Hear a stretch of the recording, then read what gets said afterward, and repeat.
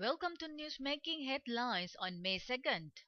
There's just no surprise in Cambodia's latest move to take the 11th century Preah temple dispute to the International Court of Justice.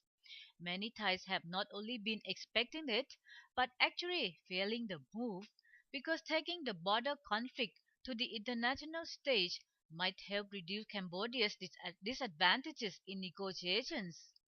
Analysts, in fact, believe Cambodia has been deliberately launching attacks against Thailand to show that the border conflict between the two countries will not end if a third party, be it the United Nations Security Council or the World Court, does not take part in solving the dispute. After all, Cambodian military power is far less capable than Thailand's. Many shells fired by Cambodia into Thai territory are duds, showing they have expired. Thai Post main headline states, Cambodia shows signs of being disheartened. Ceasefire at Tha Mueang Thom to collect bodies. Army Chief Prayut orders reinforcements of Thai troops. The paper says Cambodian soldiers' morale is low because of the dwindling food supplies as well as a lack of support from their military units, while they hear that Thailand is calling in reinforcements. Thai Rat shouts, Cambodian soldiers starving, morale low, fighting without a strategy, stressed out by firing across Thai border. The paper also reports that Cambodia, believe it or not, is resorting to black magic and releasing cobras. Even harder to believe is that Thai soldiers reportedly saw what looked like Cambodian soldiers who could not be killed by bullets and were capable of jumping up and down trees. As for the snakes, one villager is reported to have been bitten by a cobra that crawled into his house. Komchatluk screams, trail of bodies. Cambodia retreats from Tha Mueang Thom. Matichon says, special forces ordered to counter-attack. High-tech weapons used on the border. Phuket headline shouts, battle goes on. Two Thai evacuees killed. Others start going home despite the battle to face their fate. Earlier reports said these Thais have to earn a living to send their children to school, so they have to face the risks from border fighting. Many analysts are agreeing with Phuket.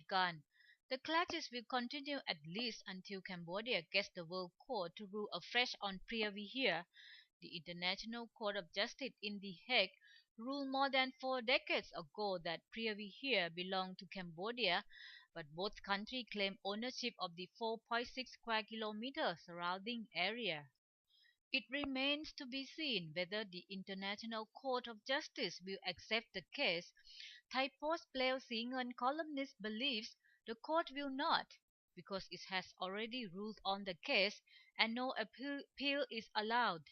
Although Cambodia claims to seek clarification on the ruling with the intention to get the court to decide that the disputed 4.6 square kilometer area belongs to them, Plevsingan believes the court will not interpret that because it does not have authority to decide which areas belong to which country. The columnist also believes that if the Thai government handles the matter well, Thailand could achieve its wish for joint development and supervision of the temple, which could one day be a lucrative tourist site. Other legal specialists, however, are of the opinion that the court will accept the case and clarify the issue, and it is likely that Thailand will be at a disadvantage and even risk losing the territory. Let's now take a peek into the celebrity world. Thairat goes big with a family affair. Its headline says, Tanya files two separate cases, seeking divorce from Pek or Sanchai Engtrakoon, heir of former Finance Ministry Permanent Secretary Somchai Nuk Engtrakoon, Pinky Savika Chaidet third hand. After failed attempts to restore their love life, actress Tanyaret Ramnarong has filed a 120 million baht divorce case and sued actress Pinky for 20 million baht for causing her family to break up.